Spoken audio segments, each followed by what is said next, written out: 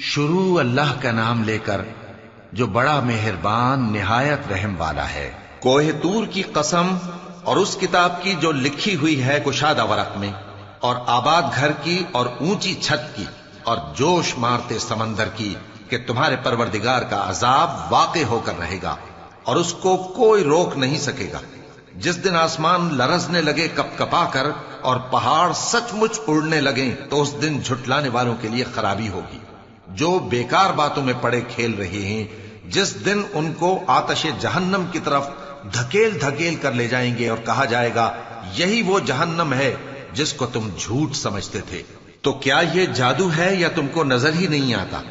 اس میں داخل ہو جاؤ اور صبر کرو یا نہ کرو تمہارے لیے یکساں ہے۔ جو کام تم کیا کرتے تھے یہ انہی کا تم کو بدلہ مل رہا ہے۔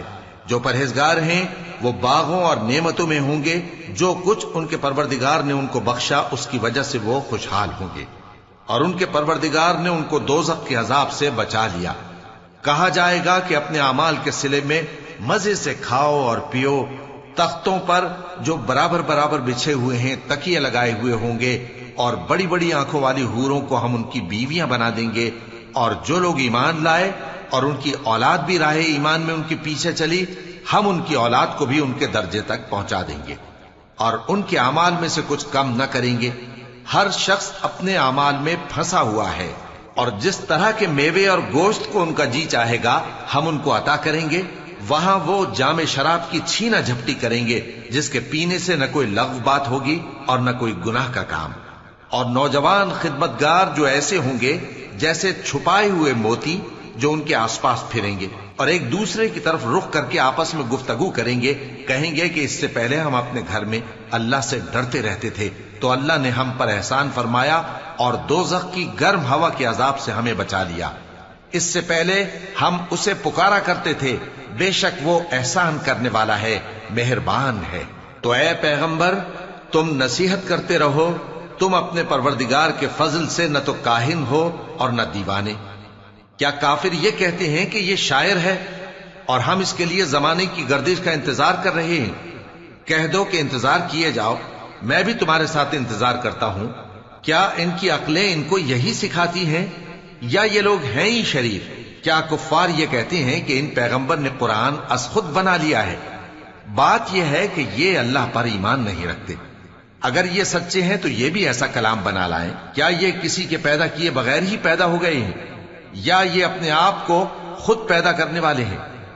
یا انہوں نے آسمانوں اور زمین کو پیدا کیا ہے؟ نہیں، بلکہ یہ یقین ہی نہیں رکھتے۔ کیا ان کے پاس تمہارے پروردگار کے خزانے ہیں یا یہ کہیں کے داروغہ ہیں؟ یا ان کے پاس کوئی سیڑھی ہے جس پر چڑھ کر آسمان سے باتیں سناتے ہیں؟ تو جو سن کر آتا ہے وہ کھلی سند لے کر آئے۔ کیا اللہ کی تو ہوں بیٹیاں اور تمہارے لیے بیٹے؟ اے پیغمبر کیا تم ان سے کوئی معاوضہ مانگتے ہو کہ ان پر تاوان کا بوجھ پڑ رہا ہے، یا ان کے پاس غیب کا علم ہے کہ یہ اسے لکھ لیتے ہیں؟ کیا یہ کوئی داؤں کرنا چاہتے ہیں؟ تو کافر تو خود داؤں میں آنے والے ہیں۔ کیا اللہ کے سوا ان کا کوئی اور معبود ہے؟ اللہ تو ان کے شریک بنانے سے پاک ہے۔ اور اگر یہ آسمان کا کوئی ٹکڑا گرتا ہوا دیکھیں تو کہیں کہ یہ ایک تہ بتہ بادل ہے، پس ان کو چھوڑ دو یہاں تک کہ یہ اس روز کا سامنا کر لیں جس میں یہ بے ہوش کر دیے جائیں گے، جس دن ان کا کوئی داؤں کچھ بھی کام نہ آئے گا اور نہ ان کو کہیں سے مدد ہی ملے گی۔ اور ظالموں کے لیے اس کے سوا اور بھی عذاب ہے، لیکن ان میں کے اکثر نہیں جانتے۔ اور تم اپنے پروردگار کے حکم کے انتظار میں صبر کیے رہو، تم تو ہماری آنکھوں کے سامنے ہو۔ اور جب اٹھا کرو تو اپنے پروردگار کی تعریف کے ساتھ تسبیح کیا کرو، اور رات کے بعض اوقات میں بھی اور ستاروں کے غروب ہونے کے بعد بھی اس کی تسبیح کیا کرو۔